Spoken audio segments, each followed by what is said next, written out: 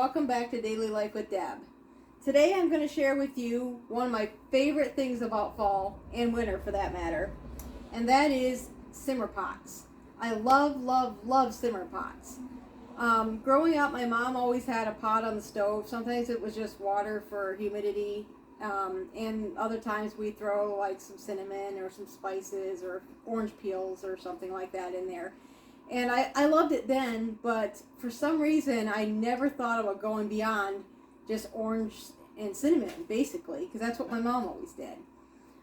It wasn't until actually last year that I ran across a simmer pot recipe.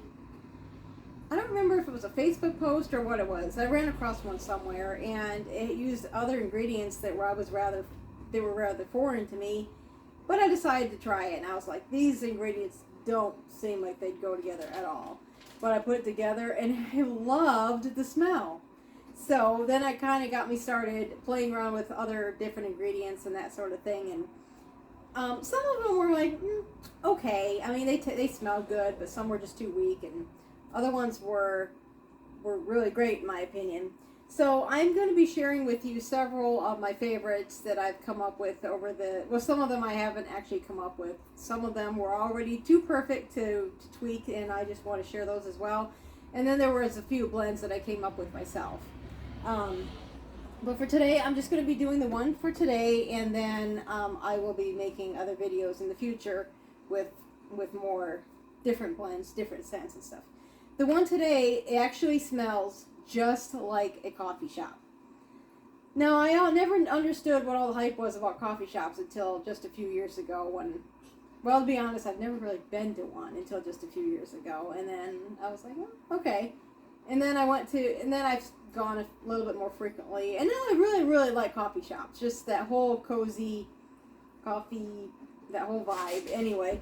And this seriously smells exactly like your favorite coffee shop when you walk into. So, very cozy in my opinion. It would be great for a rainy day when you just curl up on the couch with a coffee and your favorite book. So we're going to start off with, now this doesn't really matter quantity wise. These are just used coffee grounds. If you want, you can take a couple tablespoons of fresh coffee grounds if you want, but it doesn't really matter. The used ones are fine. This is just what I had left over from our coffee this morning. It's about a third of a cup. So like anywhere from a couple of tablespoons up to half a cup maybe of grounds. You probably wouldn't want to go more than that. But so that's about a third of a cup of used grounds. And I'm putting in 2 cinnamon sticks. You can use ground cinnamon if you like. I feel like ground cinnamon will work in a pinch, and I do use it, but I kind of feel like it doesn't have the pure cinnamon scent that the sticks do. I don't know what the difference is. It changes it a little bit for some reason. And so now we're going to add 2 teaspoons of, this is imitation vanilla. You could use pure vanilla extract if you want to, but I don't want to waste the expensive vanilla. I did actually have a recipe in the past where I used a 1/4 cup of pure vanilla extract in a room spray, but that was a really cheap vanilla. It was really old, and I didn't use it for baking anymore. It was just too weak, and that's gone. So we're using imitation vanilla. So to this we'll add 2 cups of water. You won't smell the cinnamon right away. It'll just smell like coffee and vanilla, but it'll be after you get it warm. So I'm going to turn this on high until it comes to, if you catch it at a simmer and then turn it down, that would be fine. Otherwise, I almost always wait till it comes to a boil. Then I turn it down to a simmer. Very low simmer. You don't even, okay, they call them simmer pots, but you really don't even want it to actually simmer. Just be very hot to where you get a nice steam continuously coming off of it. And you can just leave it there several hours, forever if you want, but just keep an eye on the water level because it will dissipate as it evaporates, and just add water periodically. I usually only will let it go maybe 30 minutes to an hour just because I want to save on the electric.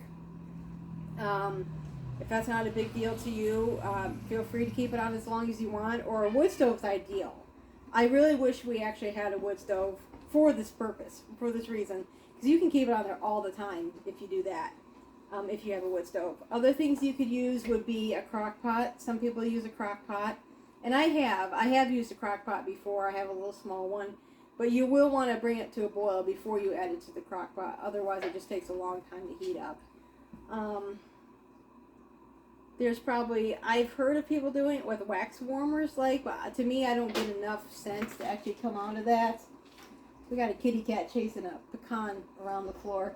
My husband and I picked up pecans from our tree yesterday, and I guess one got on the floor somehow, and he's playing with it. But anyway, so yeah, those are the ways you can keep it warm, keep it steaming. But yeah, basically just any method you want to use to keep a nice steam going. So I'm getting where I can kind of smell that a little bit already, and it does smell really good. So anyway, I hope you enjoy this recipe as much as I do. I will be have many more coming up that I will be sharing in the future. So stay tuned for the rest of those, and until then, take care and God bless.